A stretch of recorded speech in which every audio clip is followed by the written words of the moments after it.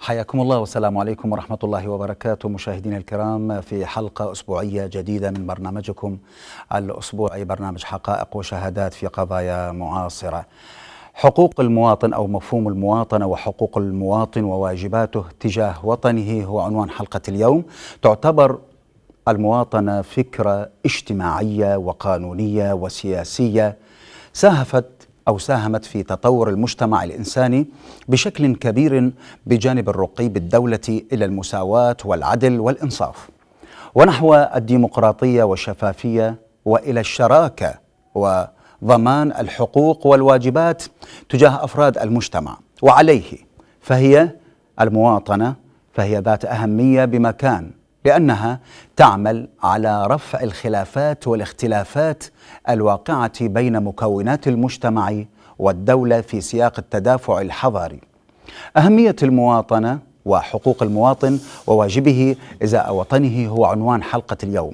ما هي أهم الأولويات الواجب توفرها لبناء مواطنة صالحة قائمة بين الدولة والمواطن؟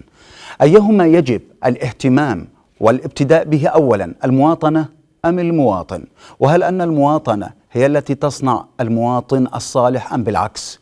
أما أن الأمر لا، يجب أولا أن تكون هناك قيادات حكيمة تؤمن بغرس المواطنة في داخل الفرد بحيث يشعر بها بأهمية المواطنة، هذه القيادات هي المسؤولة عن بناء جسور الثقة بين المواطن والحكومة حتى تصل القضية إلى هذا المعنى، مفهوم المواطنة وإشاعة أجواء عامة من البذل والشعور بالانتماء والتكاتف، فتصبح التنمية والتطور في كل شيء. تساؤلات عديدة حول المواطنة وحقوق وواجب الوطن والمواطن في محور حلقة اليوم في حقائق وشهادات، مع ضيف هذه الحلقة السيد إبراهيم صابر الناجي، باحث إسلامي. حياك الله وأهلا ومرحبا بك. والضيف الآخر الأستاذ ضياء كاظم الشمري، باحث في الشأن الإسلامي السياسي. حياك الله. حياك الله. أبدأ من سماحة السيد إبراهيم صابر الناجي الكوفي، وأنتم تطلعون يعني عن والبات الحديث الكثير عن الوطن والمواطنة وحقوق المواطنة، والمواطنة هي التي تفعل فعلتها في البناء في الكثير من القضايا. بات مفهوم المواطنة يختلف عن مفهوم الانتماء والمواطنة قبل 200 أو 300 عام. كيف تعرف لنا مفهوم المواطنة ومفهوم المواطن؟ بسم الله الرحمن الرحيم، الحمد لله رب العالمين، والصلاة والسلام على محمد وآله الطيبين الطاهرين وأصحابه المخلصين.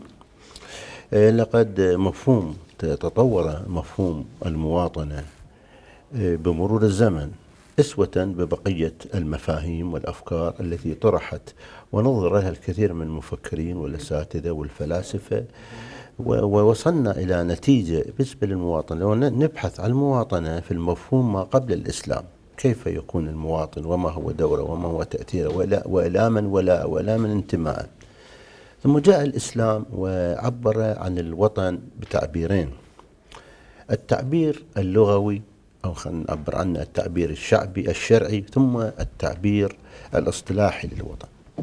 فالإسلام بالنسبة للتعبير الشرعي جعل الإسلام من فكرة الإنسانية يريد من الإنسان المسلم عندما يأتي في بقعة من الأرض ويسكن فيها فترة معينة أن تكون له وطنا. يعني مثلا عندما تسافر من منطقة إلى أخرى فتقيم فيها وتنوي الإقامة فيها 10 أيام، يعتبر لك وطن، فتصوم وتصلي الصلاة الكاملة. أما عندما تسافر لفترة أقل من هذا أو تعتبر هذه المدينة مؤقتة، يكون الصلاة فيها قصر. وهذا فد مفهوم رائع بالنسبة للإسلام، بحيث جعل الولاء حتى لفترة أن تسكن في هذه البقعة المعينة من البلاد لفترة معينة، أن تأخذها وتتعامل بها بالموازين الشرعية والأصول العبادية وغيرها. وأما إذا كان متردد أنه ما يدري، فإذا مضى عليه شهر اتخذه وطنا فيقوم به بالواجبات. هذا المفهوم الفقهاء فصلوه في كتب الفقه. أما نحن عندما نتكلم عن الوضع السياسي وما هو رأي الإسلام، ثم نتحدث عن رأي المفكرين الآخرين مثل ابن خلدون، ولكن بتعريف مختصر طبعا. يعني الأول خلينا نعرف شنو تعريف المواطن. المواطن هو ذلك الإنسان العاقل الفاهم الذي اتخذ بقعة من الأرض وطنا له. وهذا الوطن بالتعبير الحديث هو الذي له دستور وله نظام وله رئيس دولة وله حدود. هذه المكونات إنها محترمة لدى الإنسان المواطن. وعلى هذا الأساس المواطنة معناها الولاء والانتماء والحب والفداء لهذه البقعة المعينة من الوطن. إلا إذا خرج هذا الوطن وخرج قادة هذا الوطن عن الأصول الصحيحة والشرعية، يجب على المواطن أن ينصحهم ويوضح لهم أين حدودهم. فإذا استجابوا عند ذلك، وإلا لم يعني حتى مفهوم الطاعة. دعني آخذ الإجابة لتساؤل آخر مع الأستاذ ضياء كاظم الشمري حول هذه القضية، وأنت مطلع عليها بشكل كبير وتعلم أهميتها التي تبني الدولة في مؤسساتها. بنبذة تعريفية تاريخيا، يعني أنتم تعلمون ويعلم المشاهد الكريم بات مفهوم المواطنة في السابق قبل 200 وقبل 300 عام، يعني هذا المصطلح لا يعطي دلالات كدلالة هذا اليوم، الانتماء إلى العشيرة، الانتماء إلى المساحة الجغرافية. تعرض مفهوم المواطنة تاريخيا إذا ما أردت أن تتحدث عن هذا المفهوم تاريخيا. نعم، نحن نقول لقد عاش العراق فترات طويلة من الزمن تحت ولايات واحتلالات كثيرة، وهذه الاحتلالات جابت إلى العراق التدهور الكبير في الحالة الاجتماعية والثقافية والسياسية، وخلقت أنظمة من الحكم ذات نظرة وذات طابع ديكتاتوري استبدادي لا تفهم شيئا من معنى الديمقراطية، لا في السلوك ولا من حيث المفهوم. وأيضا تأثرت هذه بالموروث الاستبدادي لهذه السياسات، وتأثرت كذلك بالأطر السياسية الإقليمية والعربية المحاذية للعراق، وبالنتيجة كان لها تأثيرا سلبي على السلوك الثقافي والسياسي للمجتمع العراقي في قضية الانتماء، يعني في قضية الانتماء. فإذا ترجع إلى الحق في الأوطان العربية، مصر، العراق، سوريا، الأردن، لبنان، هذه أوطان لم تتشكل على أسس مضمون أو تفاعل عناصر اجتماعي وثقافي، بل إنها تشكلت على أساس مقايضات سياسية. نعم، وعلى أساس سياسات في وقتها للدول التي قد ربحت الحرب العالمية الأولى، وبالتحديد كانت اتفاقية سايكس وزير خارجية بريطانيا وبيكو وزير خارجية فرنسا، وكذلك التأثر بالوجود المسيحي في لبنان واليهود في فلسطين. وعلى هذا الأساس قسمت هذه الدول العربية إلى العراق وإلى سوريا وإلى لبنان وإلى الأردن. فتجد على سبيل المثال أن هنالك على سبيل المثال تجد أنه محافظة الموصل محافظة عراقية، ولكن مناخها قريب للمناخ السوري أكثر مما هي للمناخ العراقي، مثلما تجد مناخ دير الزور قريب إلى المناخ العراقي أكثر مما هو إلى المناخ السوري. جميل، جميل جدا. أنا بودي أن يعني لو تطلعنا تاريخيا حول هذه القضية التي سألتك إياها في زمن ما قبل الإسلام وفي زمن الإسلام، أن النبي وجدنا من خلال التراث التاريخي والموروث المقدس الذي تركه هناك تأثر، عامل التأثر باديا، وما من خطوة خطاها النبي إلا وهي لها دلالة واسعة وكبيرة، وهي تكاد تكون تشريع وحجة في كل زمان. أن النبي تأثر عندما هاجر من مكة إلى المدينة، لا شك، في لا هذه شك. القضية تاريخيا.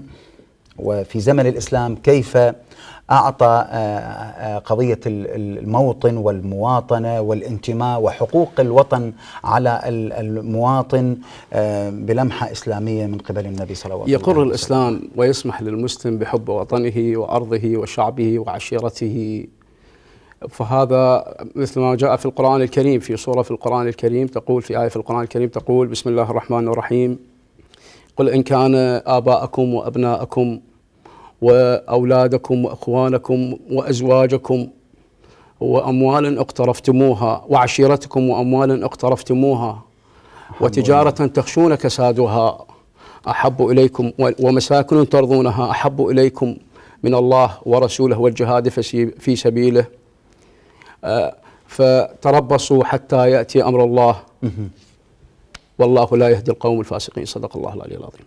ثم هنا تجد أن الله سبحانه وتعالى والإسلام يشرع أنه حب العشيرة والبيت والوطن والأهل والناس والذوي هو شيء طبيعي، والإسلام يأخذ بكل شيء فطري، ولكن هنا يقول أنه لا يمكن أن تكون هي أحب إلى المسلم من الجهاد في سبيل الله في أمور هي أكثر إحبابا، أكثر تحببا إلى الله وأكثر تحببا وتقربا إلى الله، هو حب الجهاد في سبيل الله وحب الرسول وحب آل بيت محمد. ونجد هنا أنه الإسلام في صلب القضية. نجد أن الرسول محمد صلى الله عليه وسلم في حديث أيضا عبر عن حبه لمكة فقال: والله إنها أحب الأرض إلى الله وأحب الأرض إلى نفسي وما أخرجت منها إلا مجبرا أو مغرما. صدق رسول الله. فهذه الإسلام يعني واضح المسألة في المواطنة والمفاهيم بين مفاهيم الدين الإسلامي وبين مفهوم المواطنة. ثم أنه لدينا وثيقة في التاريخ الإسلامي، وثيقة مهمة تدل على مفهوم الإسلام مع مفهوم المواطنة، عندما وضع رسول الله صلى الله عليه وسلم وثيقة المدينة. وهذه وثيقة المدينة نعتبرها اليوم هي دستور كنظام الدستور بالتأكيد. فأقرت في ذلك الوقت أولا قيام الدولة الإسلامية في تلك الوثيقة، عندما اتخذ الرسول صلى الله عليه وسلم من المدينة دولة له ومكان ووطن، وكانت وثيقة المدينة هي دستور الحياة في التعامل. فتجد أنه الرسول أبرم هذه الوثيقة وكان عمره يناهز 53 في السنة الأولى بعد الهجرة، فأبرم هذه الوثيقة بين الرسول محمد صلى الله عليه وسلم وبين أطراف من المدينة من اليهود ومن الأنصار. ما هي أهم مضامين تلك الوثيقة؟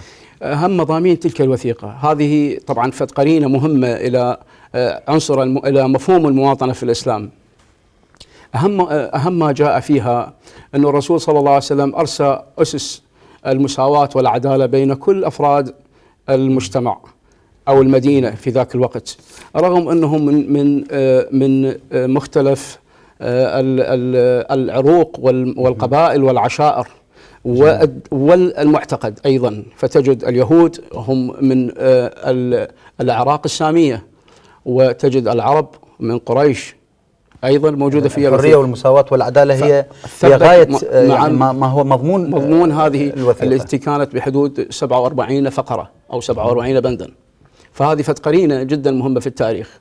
ثم أعطى الرسول حق التعايش مع اليهود، وجاء أمر الله سبحانه وتعالى بسم الله الرحمن الرحيم في إحلال الطعام والزواج من اليهود من أهل الكتاب بالتحديد. فهكذا تجد أن الإسلام بنى الدولة في بداية تكوين صدر الإسلام، بنيت الدولة الإسلامية وفق دستور وفق أسس بنيت على أسس مساواة وعدالة بين الناس. أستاذ ضياء، بعد أن تعرفنا على يعني مفهوم المواطنة وحتى الذي كان يؤمن به النبي، ومن خلال هذه الوثيقة بعد أن تعرفنا على الأهمية والتأثير لقضية الانتماء إلى الوطن والحقوق والواجبات التي تقع على عاتق المؤسسة وعاتق المواطن، بودنا أن نتعرف وندخل في قضية الأعماق. ونحن نعيش في مجتمعنا وفي دولتنا اليوم، وانطلاقا من حديث أمير المؤمنين سلام الله عليه عندما يقول: عمرت البلدان بحب الأوطان. إذن تترتب هناك مسؤوليات كبيرة بين الموطن، بين الوطن والمواطن، بين المواطنة وبين الوطن. ثمة علاقة وثيقة جدا من خلال، بعد أن تعرفنا من جنابكم الكريم على هذا المضمون، ما هي العلاقة الوثيقة بين المواطنة التي تتبناها الدولة بكل مؤسساتها بكل وزاراتها والوطن؟